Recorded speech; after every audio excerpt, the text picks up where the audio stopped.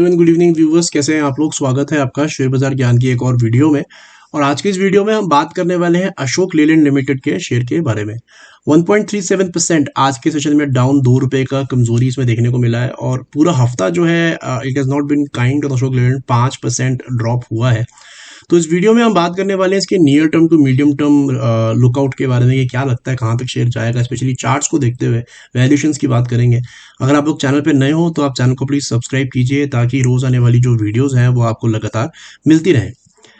देखिए, अशोक लेलैंड का जब हम चार्ट देखते हैं ना तो it is more to do with lack of momentum rather than negativity. Ashok Leyland के अंदर में कुछ किसी भी तरीके का मोमेंटम खास है नहीं, थोड़ा सा अगर है तो नीचे की तरफ का है। बेसिकली अगर आप अगस्त 2023 से लेके अभी तक का पूरा मूव देखोगे, इसका जो पिछले 9 महीने का मूव है, तो हुआ क्या है शेयर के अंदर में। अब बहुत सारी चीजें हमारे को शेयर का प्राइस एक्शन देख के समझ में आता है, किस तरह की कैंडल्स बन रही है वो देखते हुए समझ में आ जाता है कि कहाँ पे इस टाइम पे जोर है, क्या सेलर्स पावर में है या फिर बायर्स पावर में है। तो यहाँ पे अगर आप देखोगे तो इसने जब अपना हाई बनाया था ₹190 तक का, तो यहाँ पे ग्रीन कैंडल्स जो थी वो वेरी स्ट्रॉन्ग, जो बायर्स उनके पास में अच्छा खासा पावर था यहाँ पे। But if you see after that what has happened is, जैसे ये ग्रीन वीक बना है यहाँ पे, जो लास्ट बना था अपने अपर ट्रेंड के टाइम पे, उसका जो लो था that was 181, right.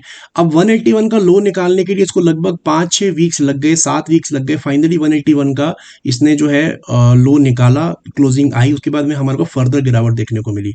Since October 2023 it has gone absolutely nowhere, right.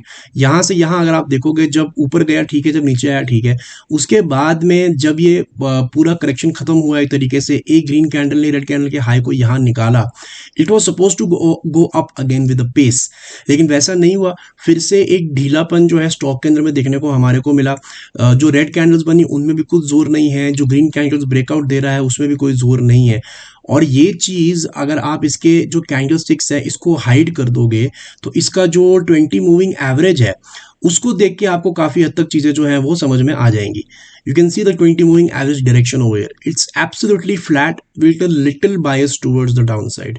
ये जो इस हफ्ते का मूव आया है इसके अंदर में मुझे लगता है कि अब जाके थोड़ा डिसाइसिव एक मोमेंटम देखने को मिला है अशोक लेलैंड में, क्योंकि इसने जो 5% गिरा है, सिर्फ 5% नहीं गिरा है, इसने पूरा पिछले 7-8-9 महीने का जो एक लो था वो तोड़ दिया है अशोक लेलैंड के अंदर में। And that was around the levels of 165 164।